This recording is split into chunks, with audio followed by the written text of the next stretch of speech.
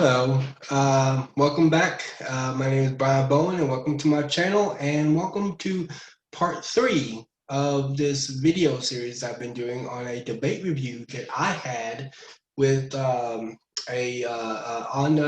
Agaral from India in the comment section of Jonathan McClattchie's YouTube video, Slippery Slope Tactics of Matt Dillahunty, where he does, it's part 4 of his debate review with Matt Dillahunty that he had with Matt Dillahunty. He has this debate review with Timothy McGrew, which he goes over the entire debate. And I am doing a debate review in the comment of a debate I had with Anuj Agarwal from India. And we were doing that debate for over 2 weeks. We actually left the debate positive attitudes toward one another. We never resulted in name calling with each other or anything like that. It actually ended pretty well, actually, I thought. I, of course, as before, I don't know how Anuj pronounce his name. I pronounce it Anuj. It's the best I can do in English. I don't know how he pronounces it. I don't even know if he pronounces J. Some cultures don't even pronounce the J. So I don't know if he pronounces it or not, but I'm pronouncing it in English best I could as Anuj. It's best I could do to roll up the tongue properly. And Agaral for his last name. This is his YouTube designation, of course. Assuming that's his real name. He never denied that was his real name. So I'm gonna go with that. And I have this debate with him that was over 2 weeks long in the comment section. We actually ended it good. We had some final rebuttals. I did. He allowed me to do a closing statement. He was going to, but he said he didn't have much left to say, so he decided not to do the conclusion. But I went ahead and did a conclusion, and we end up when it was all said and done, we did 220 posts to each other. Now, some of them was just basic correspondence over our debate and trying to end it, because every time, see what started when we did the debate, every time I would reply or he would reply to me, I would reply to him, and then he would reply to me and I would reply to him, and we kept responding to each other, which is what caused the debate to go on for as long as it did.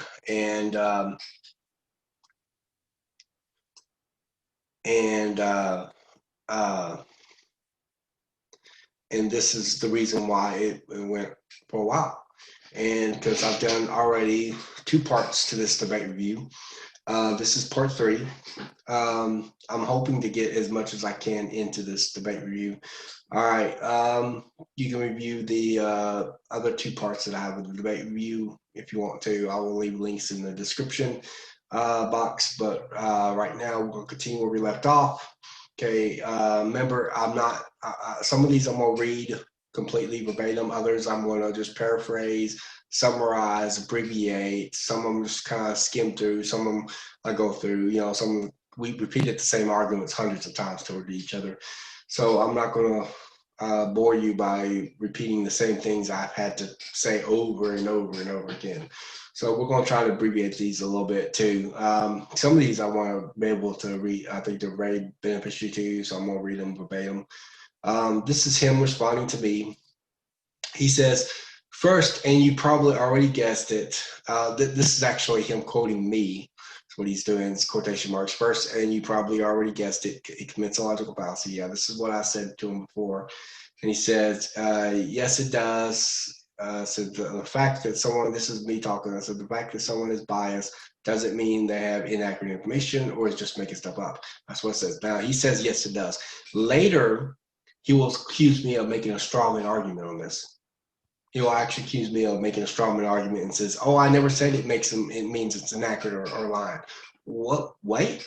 Whoa. I said the fact that someone is biased doesn't mean they have inaccurate information or is making stuff up, which is true. And he says, yes, it does. Later, he'll accuse me of making a straw man and claim he never said that. See, this is why this is it just got all messed up like this. This is why in every case, reports from independent authors is considered decisive on whether or not such event actually occurred. or if two sides are involved, what both of these say that decides the historicity of any event. Okay, I don't understand what he's saying. Maybe he's saying maybe there's differences or something. I don't know. People having bias will write what they have bias about. Yeah, true, they will. It's simply logic 101. Okay, I already mentioned this already. This is why in science you have something called independent confirmation. Okay, this isn't doing science, this is history, but okay, the whole peer review, the bedrock of modern science and heck, modern discourse is based on elimination bias. False. Well, actually, no, I'll take that back. Part of what he says about peer review is true. Because the idea is that other people can publicly review it. But I never claimed that bias wasn't a factor at all. I'm saying that bias does not lead one to conclude that the information is accurate or that they're lying. They're saying, "Oh, well, we can't trust the information," and he'll say later he'll argue that that bias makes the source unreliable, which I think is completely faulty. Because if that's the case, because it's actually self-refuting. Because if bias makes you unreliable and you admit you have your biases, does not make you unreliable? And should I listen to anything you have to say, including what you say about bias? You see why the argument is self-refuting. Because everyone has a bias. Every source we read has a bias. Every person who's interpreting the source has a bias. Every person in the debate has a bias. Me and him wouldn't be debating if we didn't have bias. We have bias. We all have bias. There's really no such thing as a neutral person. And in reality, he's talking about elimination of bias. There's no way to eliminate bias. It's impossible to eliminate. You can put checks on it. You can try to minimize your bias, reduce it down. Some evidentialists think that you can put your bias aside. I don't think you can put your bias aside perfectly that way. Ultimately, there's just no way to do it completely. You always have your bias in your sleeves, but it does not necessarily mean that you're unreliable. If historians based on reliability or reliability on the basis of a bias, then no source would ever be considered reliable. How could it? They all have bias, every one of them. Whether we're talking about Josephus, whether we're talking about Tacitus, whether we're talking about Suetonius, Dio Cassius, Plutarch, whoever we're talking about, Livy, whoever we're talking about in history, they all have their biases. Every one of them. Are they all unreliable because they're biased? According to his arguments, it is, but that's not the case. Now, he would probably come back and say, "Oh, I never said that," but you said that bias makes, he'll say later, he doesn't say it in here, but he'll say that bias makes a source unreliable. If that's the case, then all sources would be unreliable. So he is saying that regardless. He can accuse me of misrepresenting him all day long, but that is what he is arguing. And that is problematic. A biased source doesn't make it unreliable just because they're biased, because if that's the case, there would be no source in history that would be considered a reliable source.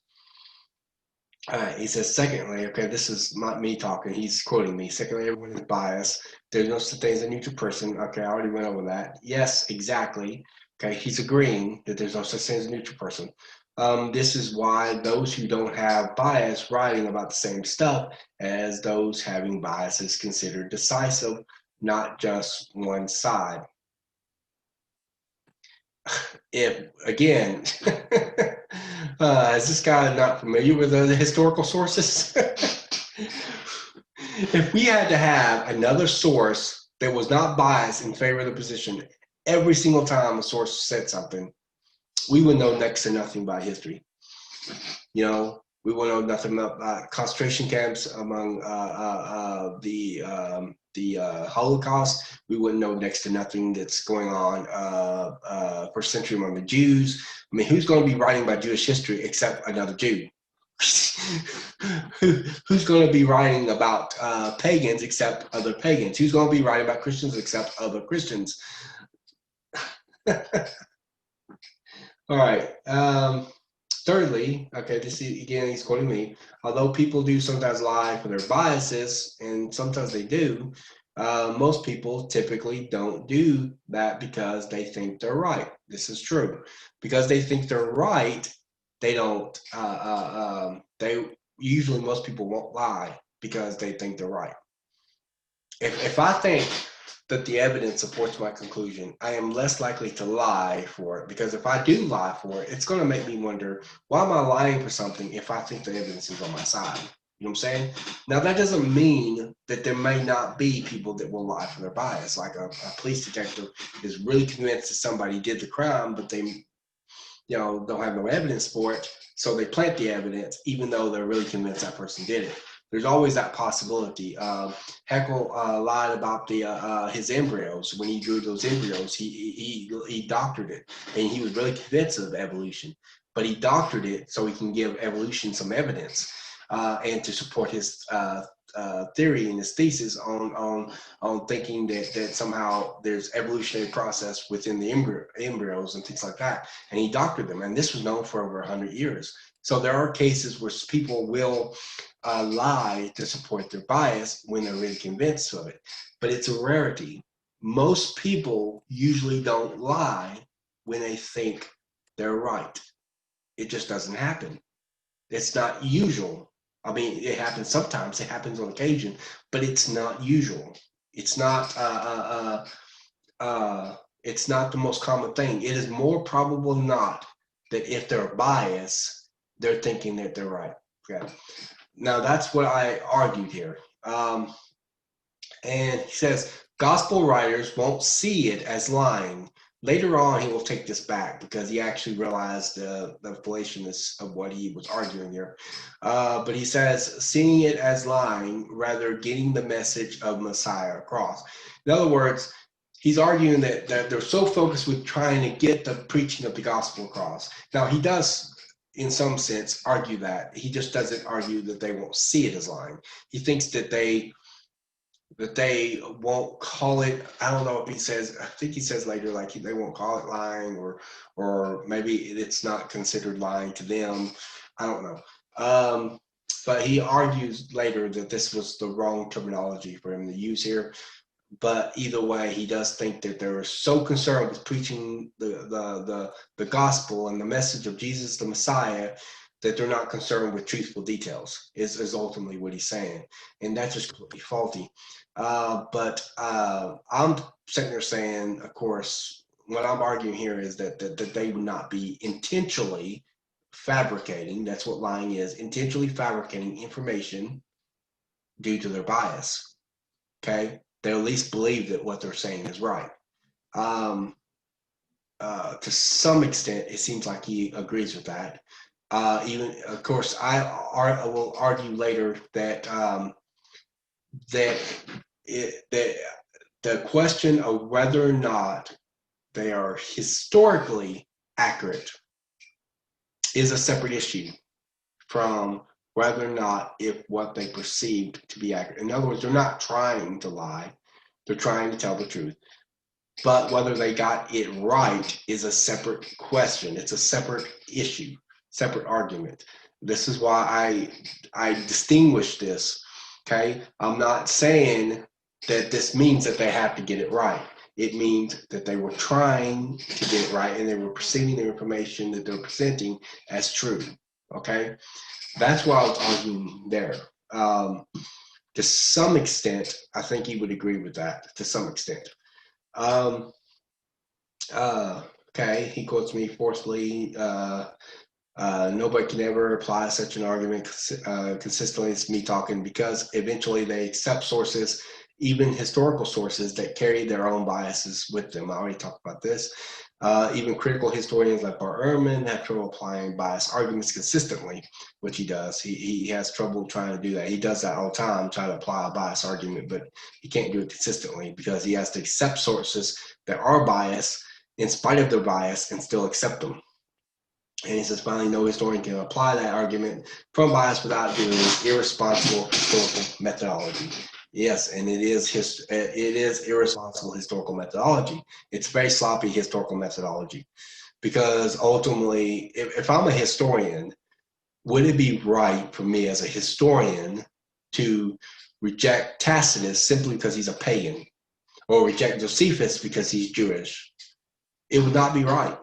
I cannot just cherry pick sources based on whether I agree with their worldview or not, whether their bias aligns with my bias.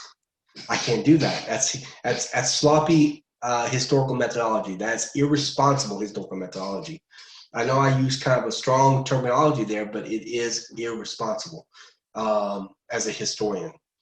And he says it's incorrect. It's hard, obviously, due to scarcity of sources, but generally speaking, some conclusions can be drawn from biased sources, in which conclusion has nothing to do with bias. He's trying to argue that, I'm going to try to correctly understand his argument here. He's trying to argue that if the source references something that doesn't have anything to do with his bias, then we can trust him on that information. The problem, however, is that a lot of the stuff that we trust sources on have everything to do with their bias. For example, Josephus talks about Jewish beliefs, cultures, Jewish history, and he's a Jew. He favored the Roman Empire. He's obviously has a bias there, but he also has a bias of Jewish. He also has a bias in his belief in God. Later, he will say, well, if he says he talks to God, then that would be a bias that we would not reject. But we're talking about information that we can verify, not theological views. But he does say that he thinks that God wants him to write about these events, and that's his purpose. And that's a bias. That's a theological bias right there, because he thinks God wants him to write about it. But we still trust as a source. So yeah, this is all faulty. However, Josephus gives us our best insight to Jewish culture. I mentioned that, and we trust him about Jewish culture precisely because of his bias. Really? But he were to write something about Christians, then his bias would count as a negative. This is the part I didn't understand why he would argue that. That's complete backwards. That's like saying, if Tacitus wrote about pagans, then we trust their bias. But if he wrote about Christians, no, they can't. If he's biased in favor of Jewish culture, why would we only trust him when he writes about Christians? He doesn't write that much about Christians. So why in the world would we trust him to write about Christians but not Jewish, when Jewish is his bias? I don't know. I think he was kind of confused there, going back and forth. Sometimes that happens, but it was a little messed up. It's not really hard as you are making it out to be. It's not hard, and I'm not the one making it out to be hard. He's making it out to be much harder than it is. It's not me that's making it out to be hard. Or if wrote Jewish God talked to him, I mentioned that already, and I already replied or told you about that. And we have Nazi accounts to confirm what Jews went through. Okay, what Nazi accounts? If we had only Jewish accounts of Holocaust, it might be good reasons to doubt it. Again, no historian would think the same way. We know event happened because both sides agree, and we know horrors of these events because Jewish autobiographies. Yeah, because of Jewish autobiographies. And by the way, I don't know of any Nazi source that we have that talks about the specifics that happened within the concentration camps. The ones that we have that are most detailed, the most graphically acknowledge what's going on in the concentration camps come from Jewish sources. That's the problem he's not getting. No historian is going to say, well, can't trust those sources because they're Jewish. Yes, we can trust them.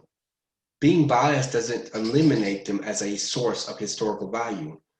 And it certainly doesn't make them historically unreliable, which is what he's saying.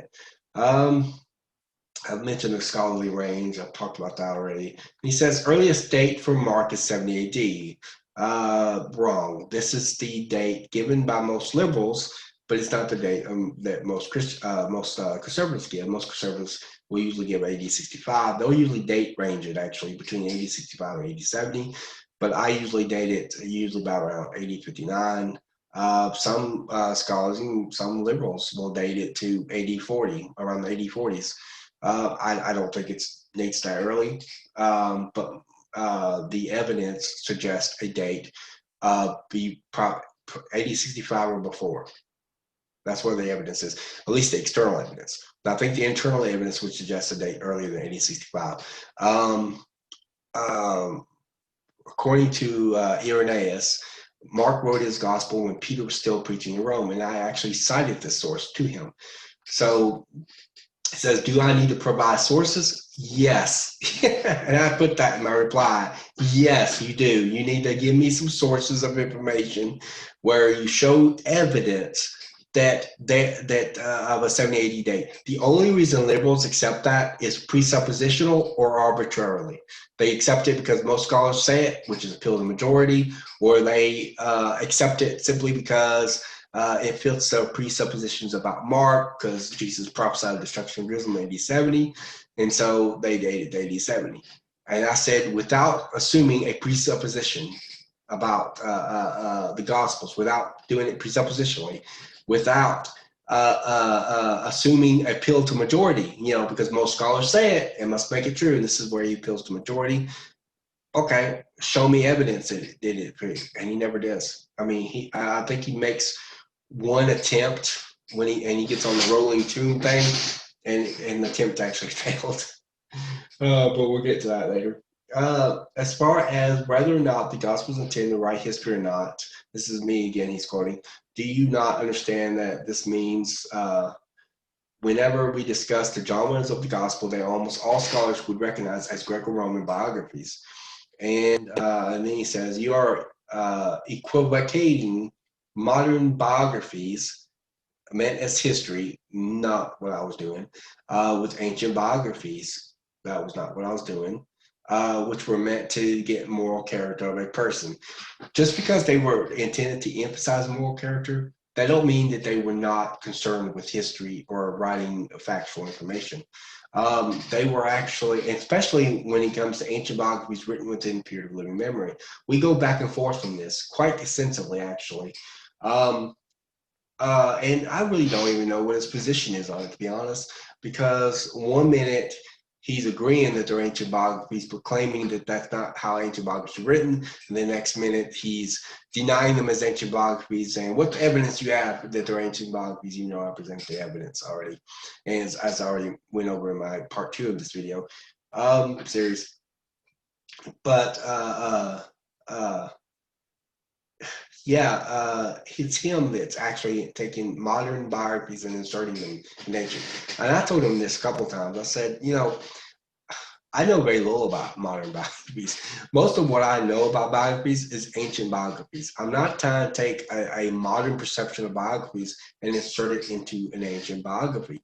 Rather, instead, I am looking at these like ancient biographies. I am contrasting them with things like Plutarch and other biographies that are recognized in it. And Plutarch, he wrote quite a bit of biographies. We have in existence, he wrote a lot of biographies we don't have, but in existence, we have about 50 of his biographies.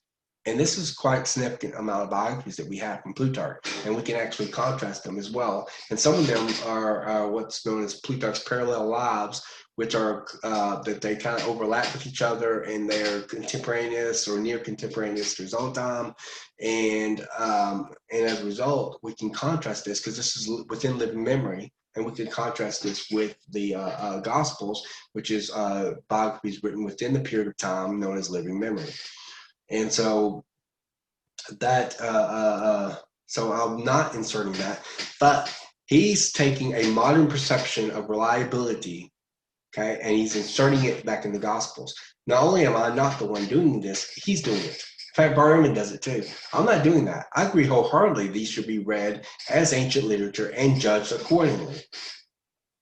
But their intent when they were writing biographies was to try to record history. If they were trying to record fiction, if they were trying, because he will try to argue later that they were trying to mix myth and history together, and you know, I don't know if people thought they could tell the difference.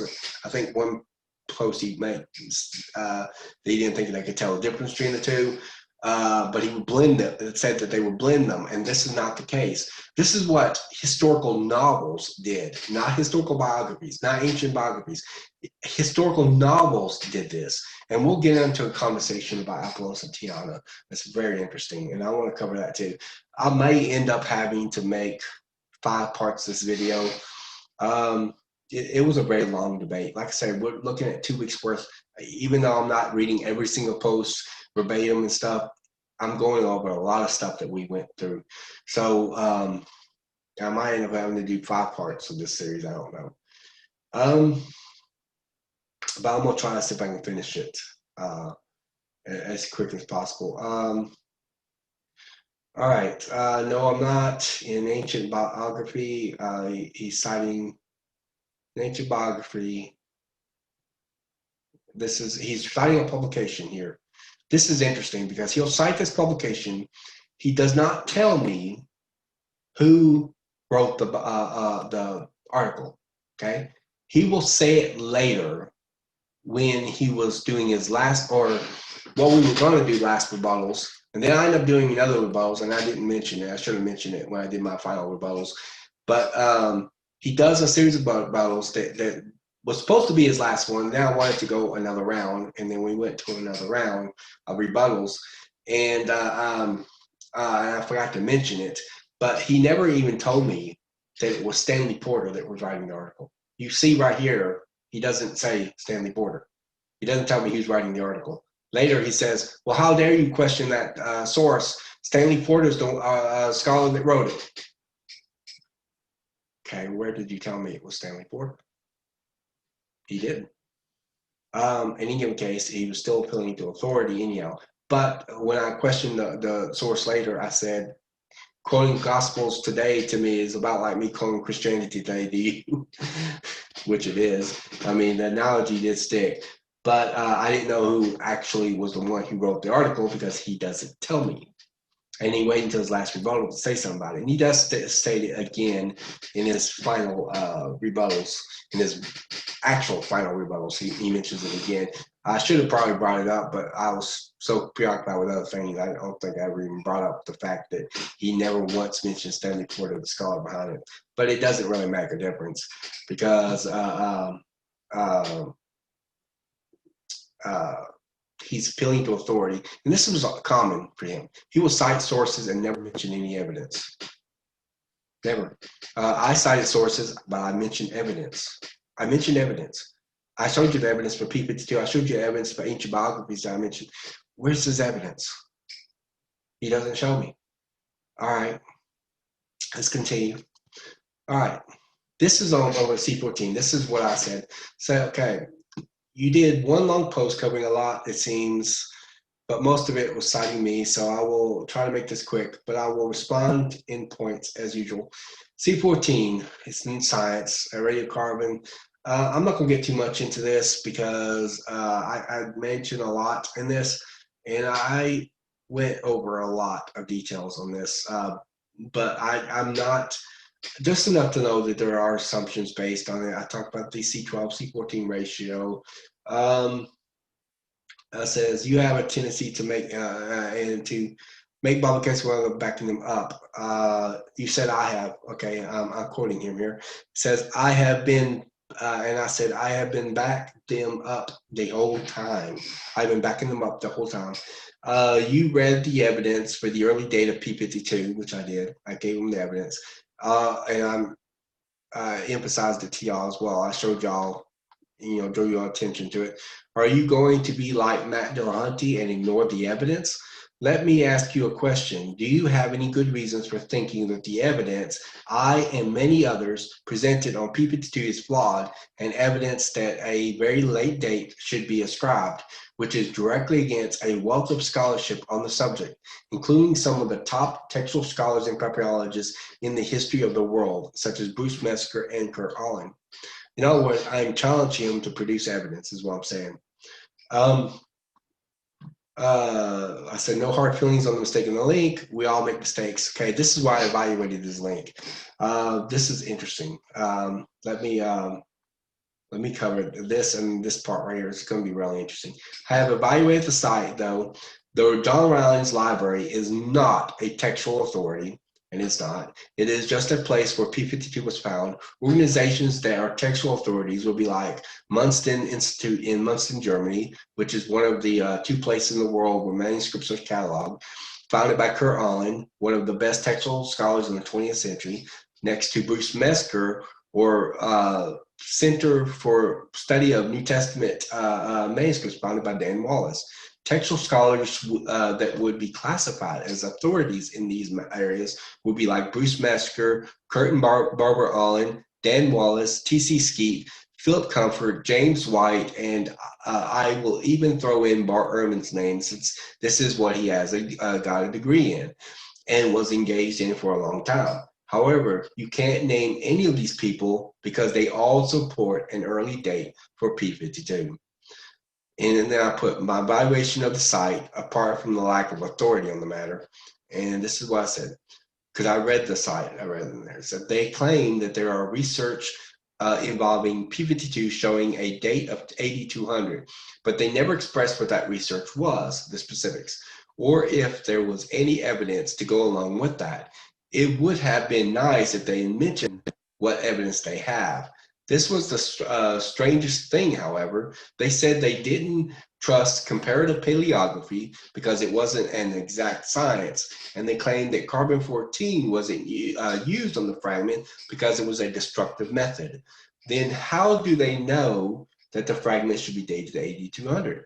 Is there another dating method that for manuscripts that I am not aware of? Overall, I found the site to be accusative but uninformative. They never presented any evidence for the claims, nor presented the specific research they were talking about. I'm sorry, but your source was a bust.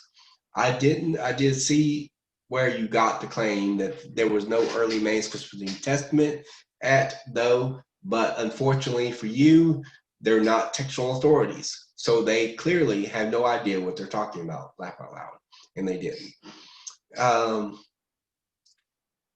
But he never really responded back to this. He just gave other scholars that agree with him that we're not even textual scholars or trained in paleography. So, but we'll get into that in a minute. All right. So, oh my Lord, is that, oh my Lord. You say I got the Quran wrong. Are you completely unfamiliar with Islam's history, recording Islamic history? There was a controversy that led them to division, and this is why, I think I already mentioned this, that this controversy had. And then I quoted 6510, according to here, al-Bakari 6510, Hudhafa bin al-Yaman come to Uthman at the time when the people of Sham and the people of Iraq was waging war to conquer Armenia, and Adhar bin John or Bayan Haifa, I can't pronounce these names, was afraid of the people of Sham and Iraq differences in the recitation of the Quran. So he said to Uthman, O chief of believers, save this nation before they differ about the book, Quran, as Jews and Christians did before. Cited from Whatever Christian Needs to Know About the Quran by James White, page 259. Later, I will cite the reference directly from the Hadith, and I'll get to that later. But I cited this one from that particular source. Commenting on this passage, James White says, if there were more major differences in wording that would impact belief and hence unity, then the concern would be understandable.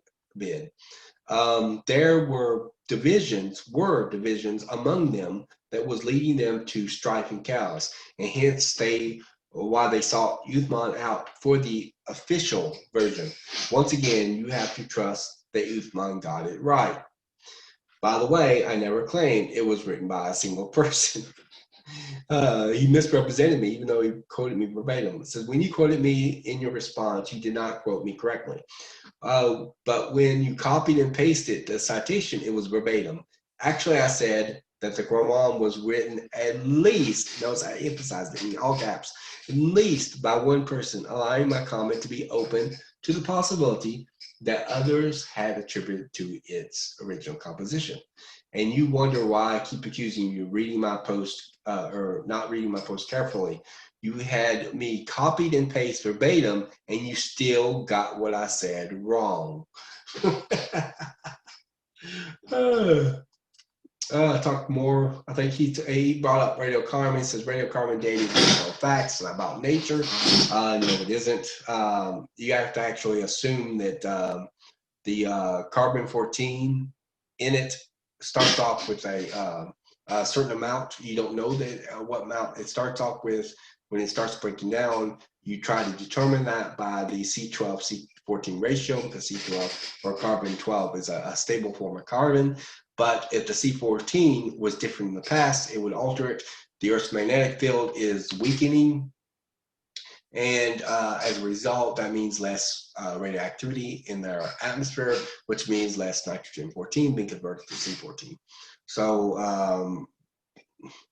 yeah, this will throw the dating off, because it throws the C12, C14 ratio off, and as a result, it will make it less reliable further in the past you go. He said later that he agreed that it would make it unreliable after 50,000 years. I came back when I replied, I said, I don't even think it's reliable after 2,000 years. I think it's pretty much less, not that reliable at all.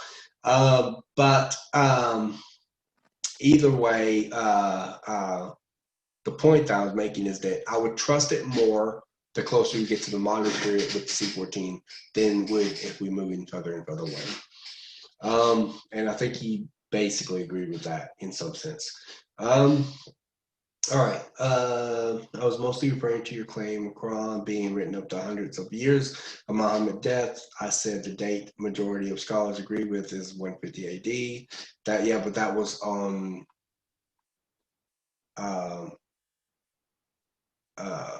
we said middle second century B52. 8150 was not the dating of the gospel, so it's dating the manuscripts. But it's even then, it's not where most scholars lean. Most scholars are not on 8150. What makes you think that scholars are like on 8150? Almost all of them would say 8125 or before. Almost all of them. That's virtually almost all of them. Barrowman included on P52. There are others like Nongri, and he names a couple who have proposed dates of middle second century to third century AD based on paleography. Nongri, this is the link right here to Nongri. I went and checked out that article, and then I looked at his credentials. He is not got a he does not have a academic credentials in the area of paleography. He writes on paleography sometimes. Sometimes he's considered expert on paleography, but he's not actually trained in the subject of paleography, and he's not trained in text criticism either. He's not a text critic. When we talk about scholars, obviously we're not talking about Shakespeare scholars or something like that. We're talking about scholars relative to the area of the subject matter we're talking about. So if I'm talking about manuscripts, I'm talking about almost all textual scholars.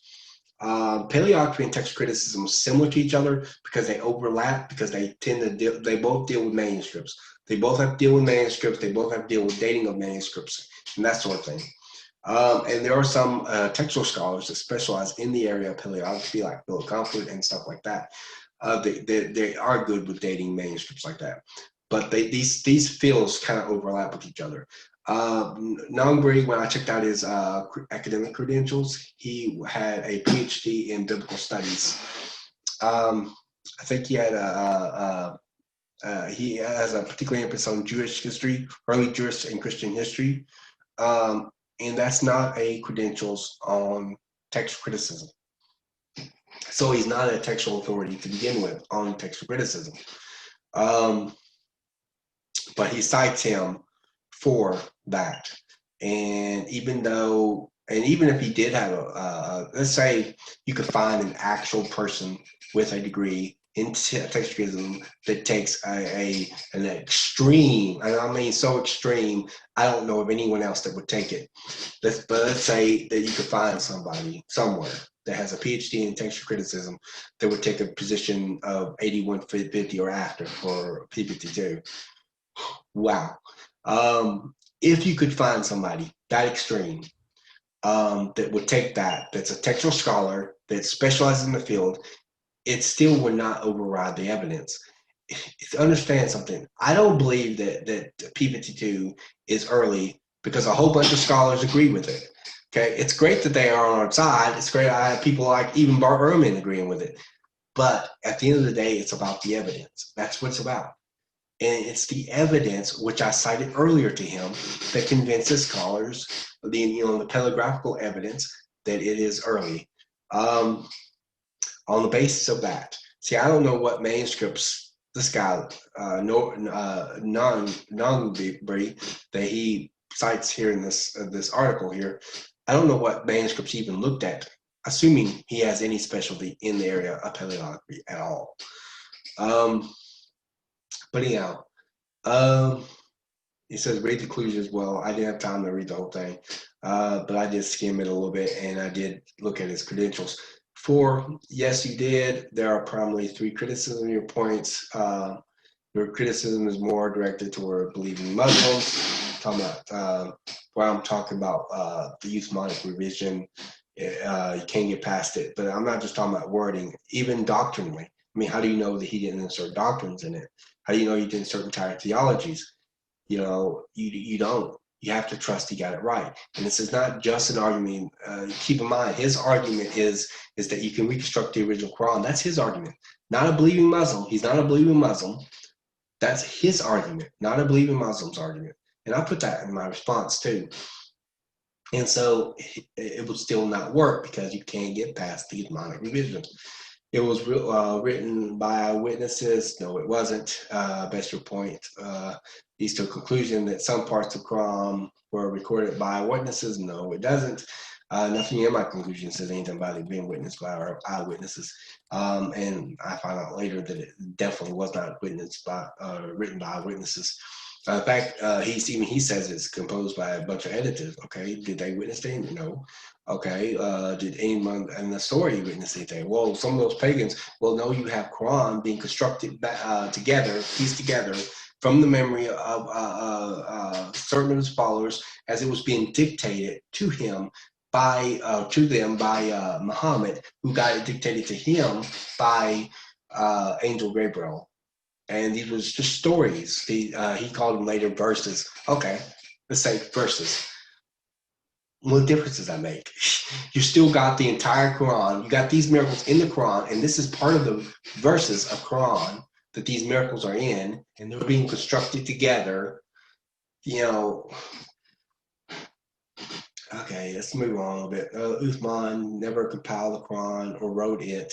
Okay, as I said, he ordered Hafaz, those who have memorized the Quran, it's actually the Quran, to compile it, and he then burned all the other copies. I think there's part of it that I think he's conflating the Uthmanic revision with its composition. I think Uthman was there when it was originally composed, and then all these versions started happening about 18 years later, and then Uthman composed the Uthmanic revision. So I think he's conflating the two events. This is just a side note. All written works would be written by at least one person. That was even the point of writing it was at least one person. Okay, made no sense. Says I don't know if people disappointed or this new one. It's a post I might have missed. I'm pretty sure haven't responded yet. And Muhammad was a genuine prophet. He's lying. Otherwise, again, your argument is fallacious. Again, because it makes slippery slope fallacy. I've had to accuse them of that several times. See, I talked about Greco-Roman biographies. Meaning, my reason for believing Jesus claims comes more from proper historical methodology involving testimony and the fact that as Greco-Roman biographies, they would have concern with recording the gist of a conversation. I talked about that a little bit, but he wasn't really concerned with that as much.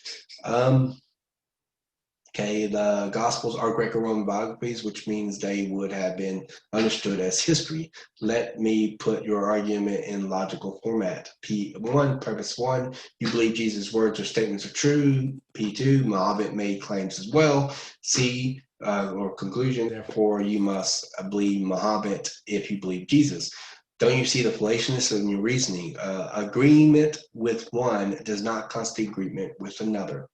The Quran makes numerous errors, is far too removed from the life of Jesus, although that's its primary figure, has lots of poetic statements in it that make it less likely to be trying to record history. Here has stories geared toward making points and not trying to be accurate, like the sun touching the earth, denying known historical facts like Jesus' crucifixion, has inaccurate information about what Christians believe, especially on the Trinity doctrine. See whatever Christian needs to know about the Quran by Dr. James White, and also cannot be traced back past Uthman, since his revision was intended to bring the Quran into unity with one official version, and you must trust that he got it right. And then he says, okay, I quoted him, sure, so what? Come to India, you will find miracles every 100th village. You seem to be assuming that I have some kind of double standard that I don't have. I think I might have already said this, but I am open to God doing miracles among other groups of people. However, it would be fallacious for one to claim that means I would have to accept every claim they make. Also, sometimes people throw the word miracle around like their new favorite word. So some people have tendency to use the word very loosely. And I go further, says it's I'm quoting him on that. His words aren't wrong or contrary to fact. If yes, you stick to Muhammad and the whole Quran. Gospel don't equal to Quran. Words of Jesus equal to Quran.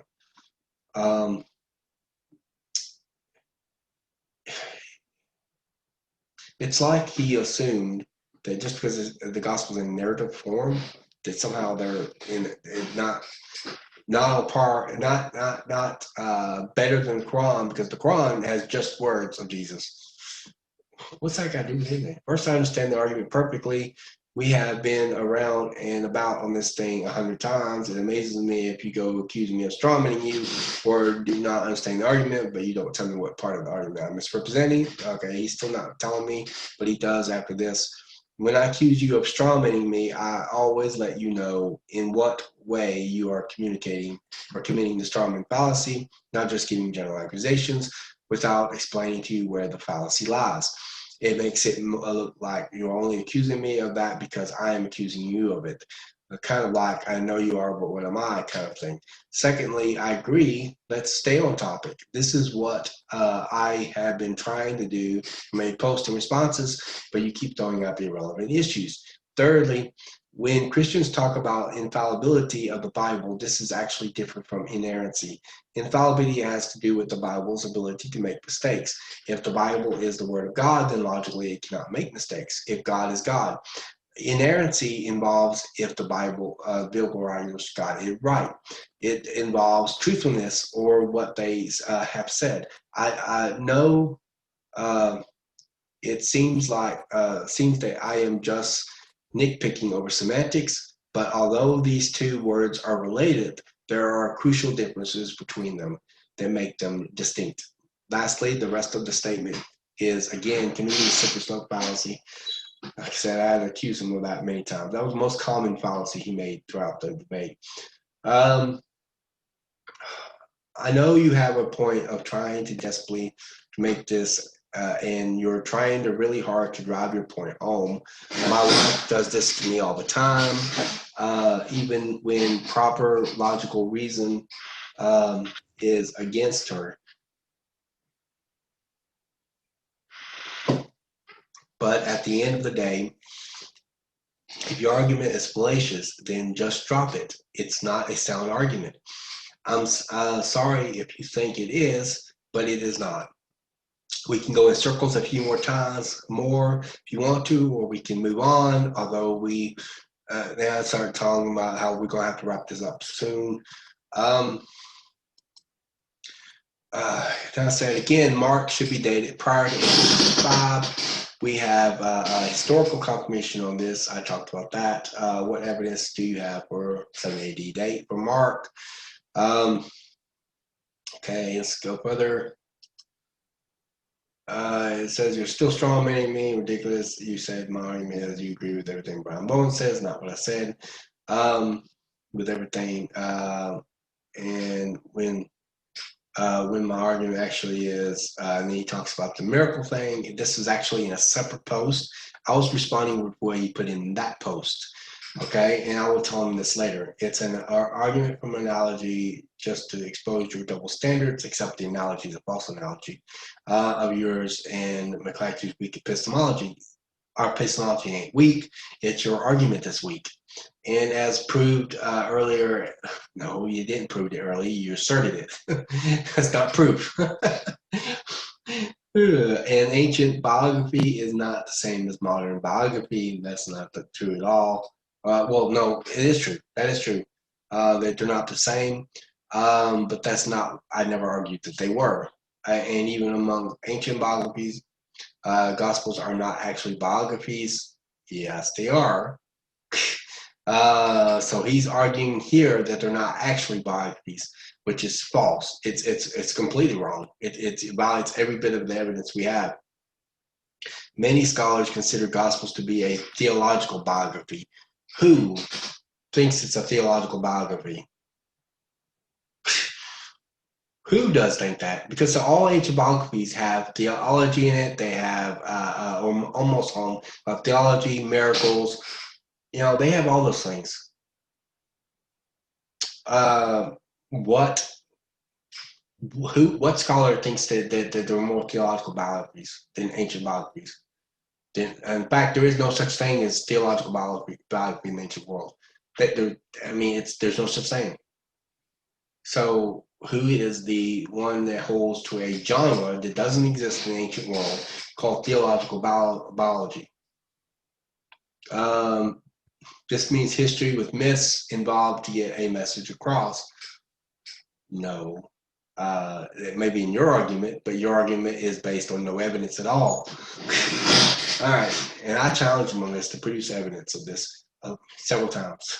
Laugh out loud, it's not. Gordon Lumen was a Christian. This made no sense to me. He was talking about Gordon Lumen's deconversion to Christianity, and I didn't even bring up Lumen. I bring up Lumen later to cite him, but that was later, much later, and it was already after I'd already responded to this post even. But I didn't bring up Ludeman, and what's his deconversion to Christianity have anything to do with anything? It has nothing to do with what he might concede to why he's an atheist and not a Christian. He says, I don't see him respond to this, whatever it was. Okay. This is what we got on the subject of the Rolling Tomb.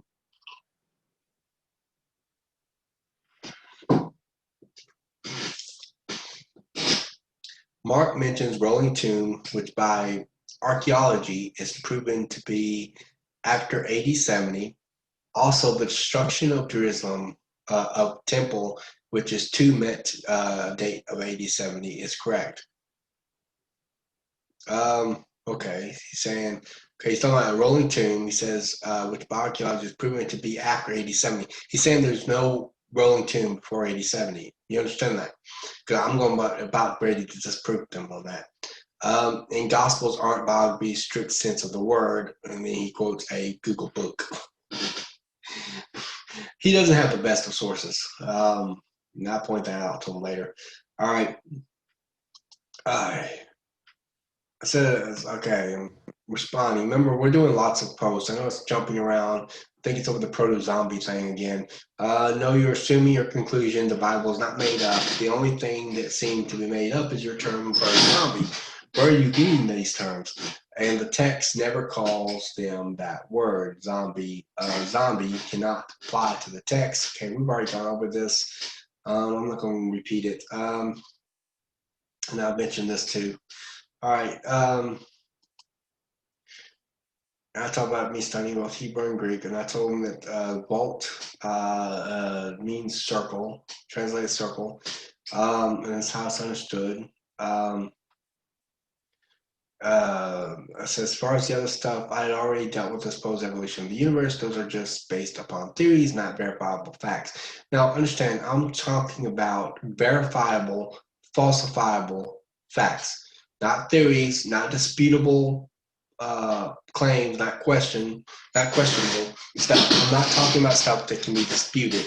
Okay, there's different people that believe in evolution. There's people that deny and reject it. There's people that accept the Big Bang. There's people that deny and reject it. It's disputed. It's not like I can go in a spaceship and see the Big Bang happen.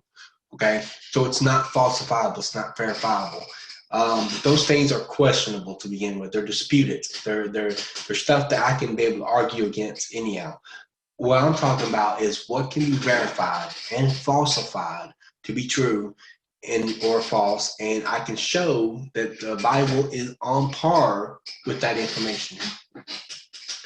And it took me a couple posts, but I think I might have got him to understand what I'm asking, because he kept on bringing it up for a couple more posts until he finally started centering around the whole shape of the earth thing, because he knows that I would accept that as being falsifiable data.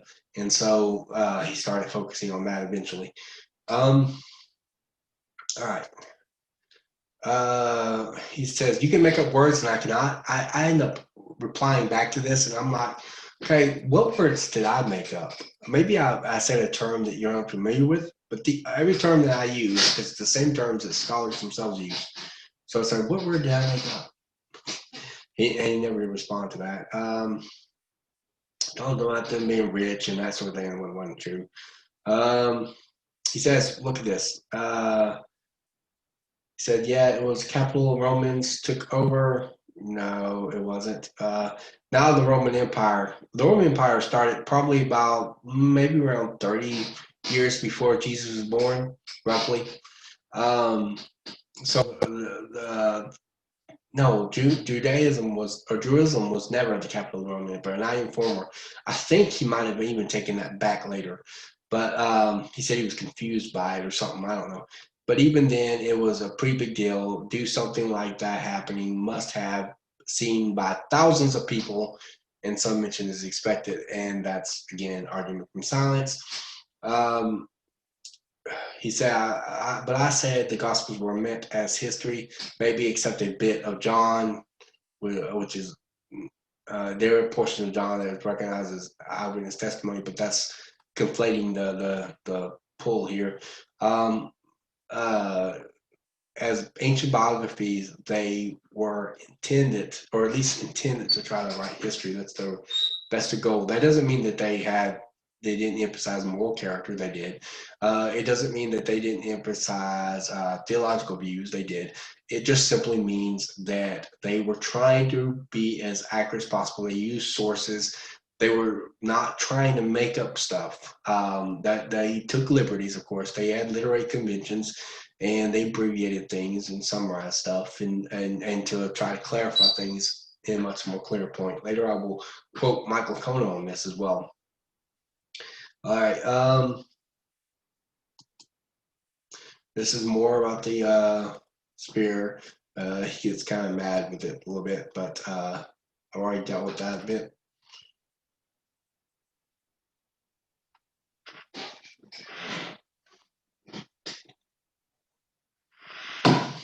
All right. All right. All right. He says, no, he didn't. In science, theories are basically the model that explains the data and proves the explanation. Big Bang Theory is supported by CBR. This is actually CPR. Why does he say CBR? I thought you meant CMB, but this is, what the world CBR? I have to look that up. But C and B, of course, was cosmic microwave background. Um, but he says it supports it. He doesn't think that he tries not to present it as evidence because he doesn't think any theory can be proven absolutely. But theories are designed as if a theory is not the same as a fact. If it was a fact, it would be a scientific law. And I go through this because I talk about the scientific method. It starts off as a hypothesis, an educated guess. Then it goes through theories, and then theories are more formulated than hypotheses, and they sometimes have some data behind them. They'll have some experiments. They'll have some.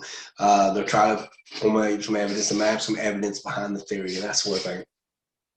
But then they have to keep testing with that theory until it finally becomes law, scientific law. A law is absolute. It means it is a fact. It's falsifiable. It's verifiable. It's repeatable. It's observable. I can go out and look. I can see. I can see like gravity. You know, when I look like this, it's going to go down every time I drop it because gravity pulls it down. It's a law. It's something that I can actually see. I can't see the universe coming into being. I can't see people coming into being from. I'm not arguing like Matt Dillahunty that I have to see these things for it to be true. I'm just saying that I can't. Therefore, it's not the same as a law. It's not. There's no such thing as law of evolution or law of the Big Bang. They are theories, and yes, they do formulate models to try to explain this data. Granted, but that doesn't mean that they're the same as a fact. He's arguing they're the same as a fact, and he's claiming evolution is a fact, and it's not. I know Jonathan McClattchie, the one I'm on his channel here. He's a theistic evolutionist, and he does believe in the theory of evolution. But evolution is not a fact. That is a mantra that is often repeated by them. And listen, he also does the false analogy fallacy. Here he says there. I never really outright accused him of it, but he did commit the false analogy fallacy. He says there is theory of gravity, which incorporates facts, explaining these facts, etc. And he says, same for the Big Bang Theory. What? Same as the Big Bang. Gravity. Yeah. Now, gravity we can observe. We can't observe the universe coming into being. This is a theory. This is a law. There's a difference. This is called the false analogy fallacy. It's when you present a false analogy or false comparison between two things that are that tend to not highlight their differences, tend to assume similarities more than they are different, and there's actually lots of difference between them. And one of the biggest is that you can observe something that where gravity has control of something. You can't observe the universe coming into being. So they're not the same thing. Same for germ theory of disease, again, false analogy fallacy. Now, the germ theory could also, by the way, have more data or evidence behind it than evolution, for all I know. I've never really researched it, so I don't know for certain. But either way, it's a case-by-case basis. You can't compare theories and say, because different theories could have different data behind it. There might be more data behind, let's assume the Big Bang, for example, like the Big Bang Theory versus data for a black hole, or vice versa. Be more data for the theories behind the black hole than it is, you know, for the Big Bang and so forth, and that sort of thing. All right. He says he was wrong about pi. I said when I replied back, I said no hard feelings on that. Anyway, this has gone long enough. Okay. I actually didn't read this until after I already posted mine because I was trying to get caught up. And he said this is going long enough, and we might need to end it. We did some correspondence there. Talked about Bart Ehrman a little bit. I questioned Bart Ehrman's ability to know historical information, historical methodology, and he assumed I was questioning Bart Ehrman's scholarship altogether, or even asked him as a historian. I actually wasn't questioning him as a historian, and I'll tell him that next time as well when I responded to him. I said I've already responded to use Bible as evidence. just see my previous post on it. I don't want to deal with this a second time. Again, your appeals to bias commits to circumstantial ad hominem fallacy, not to mention it has to do with whether they got it right or not. The Bible is not fables. The Gospels are Greco-Roman biographies, completely different from historical novels, where fables like Aesop's fables or the Apocalypse of Peter, which is more historical novel. Now, notice I mentioned that earlier. He will mention it later when he talks about Aesop's fables. I don't know if he really caught the fact that I already brought that up, and I said that they're historical novels. He will try to claim that they're biographies, and they're not. I actually asked him in my final rebuttals, or maybe the rebuttals before final, but anyway, I asked him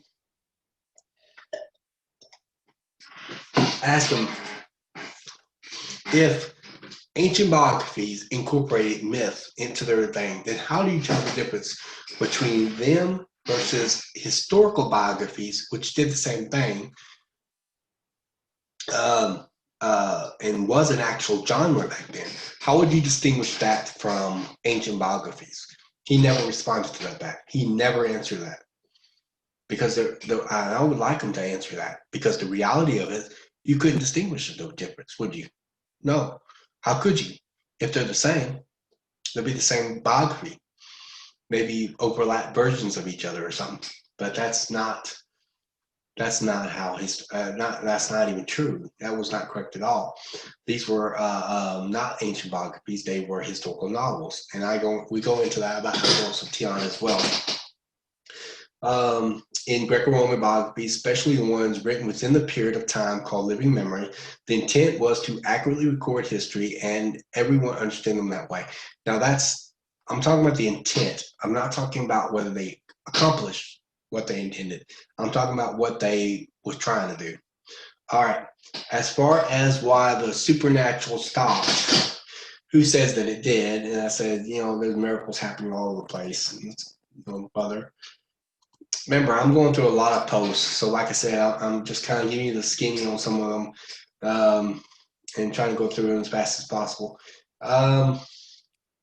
Okay, he says that's just false. I mean, completely false. Someone has duped you. He's talking about the credentials of Bart Ehrman, but he misunderstood what I was saying on it. He says, no, that's not historians do history. Anywhere here is from James Tabor, and he quotes James Tabor, which he appeals to authority there. Yes, you do. By the way, when I looked, I think he was a liberal scholar on the James Tabor on that.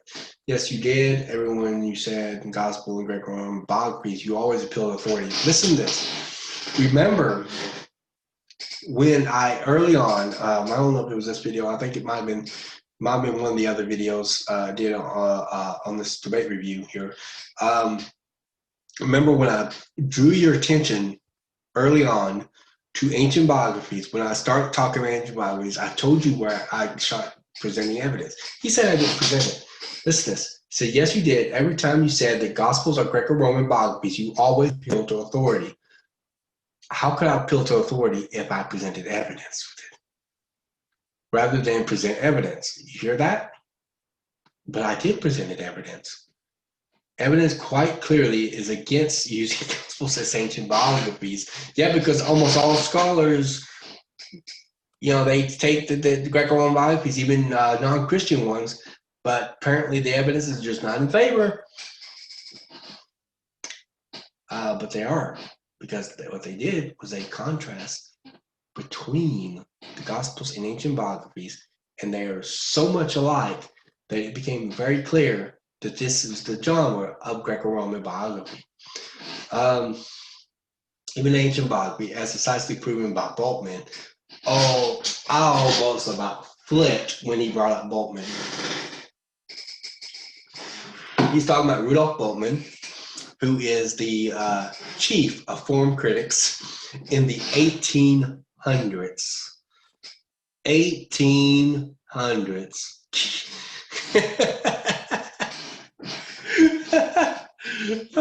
The 19th century, before they had that scholars had realized that they had much in common with Greco-Roman biographies. before they had. This is when the consensus was actually on Bultmann's side, when scholars didn't think that they were ancient biographies. And one of the reasons why they didn't is because they had miracles in it. But then some people wrote a book. One of them was a guy by the name of Burridge, who wrote a book called What Are the Gospels? He brings this up, and he claims that this is the only reason the shift happened. It's not the only reason the shift happened. There were other people that wrote on it. He denied this, but there were other people that wrote on it. But the point is that what these writers did was they forced scholars, rhetorically forced them to look and examine ancient biographies and contrast them with the Gospels. And one of the points that Burridge is making is that we can't rule them out as Greco-Roman biographies because they have miracles in it, because most ancient biographies have miracles in it. We would have to rule them out too as biographies if that was an overruling factor.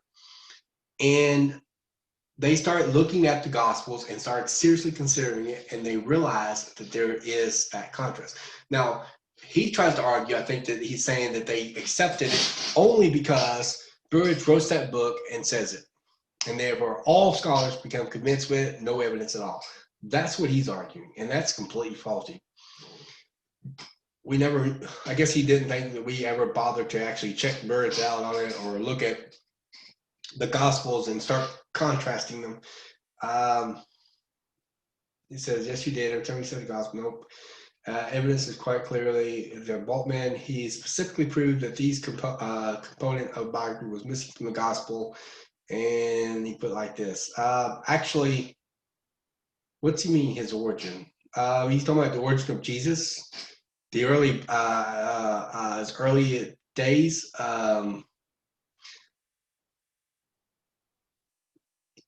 Actually, the character of Jesus is mentioned quite often, but if he's talking about like his childhood, most ancient biographies rarely ever focus on the childhood.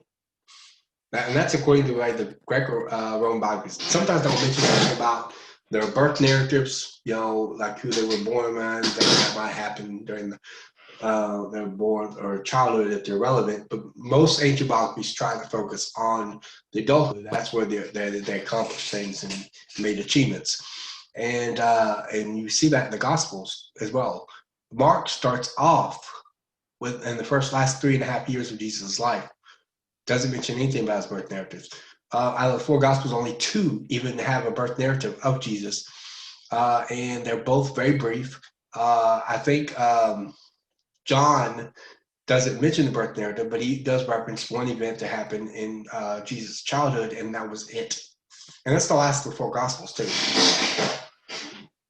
They're not very concerned or very focused on Jesus's birth and childhood. And this was in accordance with how Greco-Roman biographies were written. So yeah, this was made by Rudolf Bultmann in the 1800s before the shift actually happened. Okay, and I will talk about this too to him. Yes, you do, because using the Bible to prove the supernatural claims of the Bible is fallacious. Same way using Quran to prove supernatural claims. No, it isn't, because it's not a question of using the Bible, it's a question of using certain things in the Bible.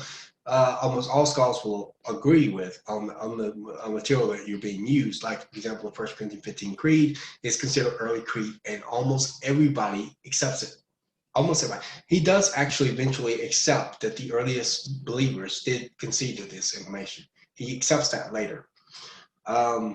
I do make some progress with him. I wasn't quite like what I saw with Matt Dillahunty and Jonathan McClattchie, where Jonathan couldn't make that much progress with Matt because of the way Matt is. He rejects everything and everything. I mean, and his epistemology is set up so no matter what you try to do, it automatically fails to him. And he thinks that if he's not convinced, it must be because the evidence ain't good enough to convince him. That's what he argues. But his epistemology is set up automatically from the start not to be convinced by it. This guy is not like Matt Dillahunty, and he does tell me that later. he says he can be convinced on things, and he does start changing his mind on certain things. And you can kind of see that evolve in the debate as well. So I think it wasn't a complete waste of my time or anything like that. I think I did make some leeway with him. He says I don't understand circumstantial ad hominem. Okay, because remember I accused him of circumstantial ad hominem regarding bias, right? It's a fallacy when bias or position someone ends up has no bearing on the argument or claim they are making. When it does, then bias is a relevant factor. And then he quotes that. Again, he's got a lot of questionable. I wasn't very impressed with his use of sources. Here is a book by two academics on source criticism. How to evaluate sources. Bias is considered one of them. Central themes to evaluate the source. So this is a standard source criticism method. No, it does not. I have repeatedly proven by academic sources, you haven't proven anything, that gospels were meant to preach, not record history. So he quoted a few people that agree with him, and he thinks he's proving it.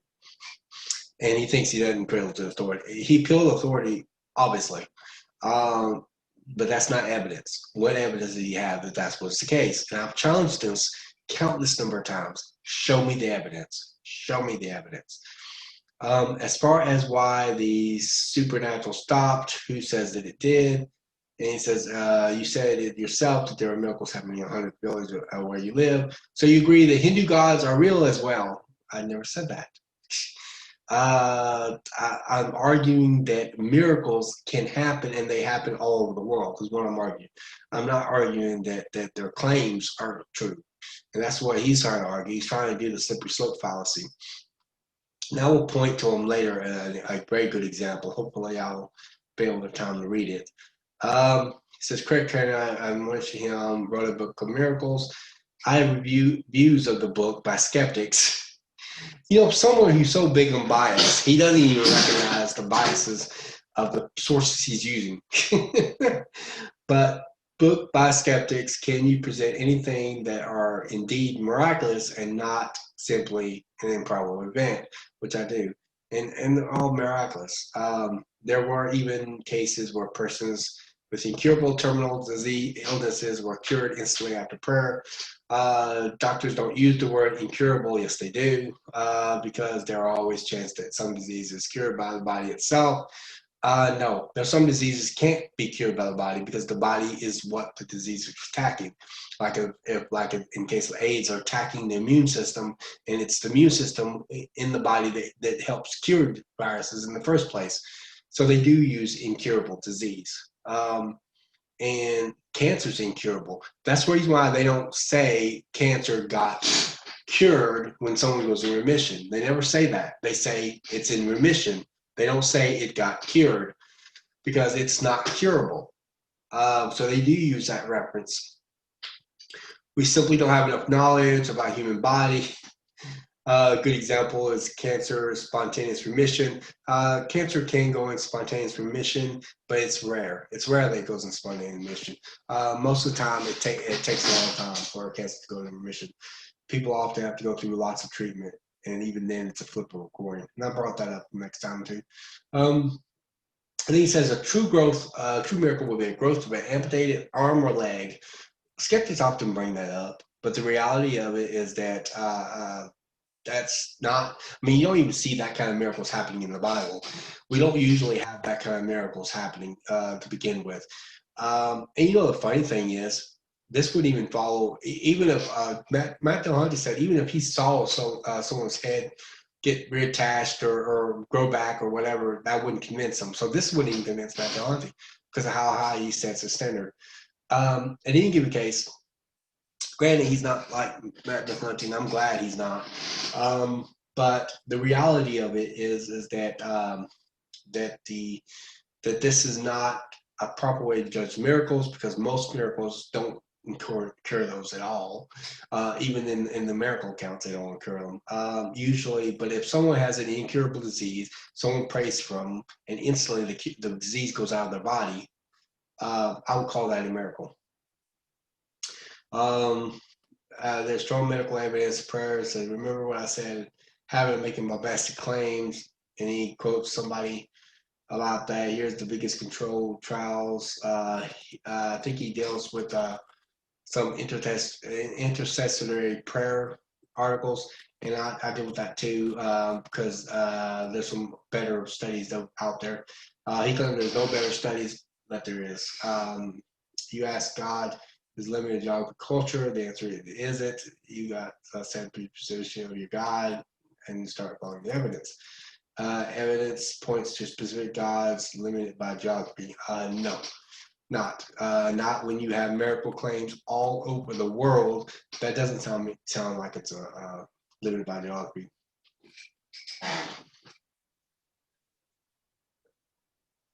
This is more correspondence. I said, no, he needs to let me get caught up because he's got too many posts out there, and then he sets a deal. He says, okay, take 2 days to reply to all the points, and we'll get 2 days for counter reply, and we'll do one more reply with conclusion. All right, fair enough. And I said, edit also, one reply in paragraph when I have my laptop with me, recent replies when I am at work. I use my mobile, so I reply point by point. All right.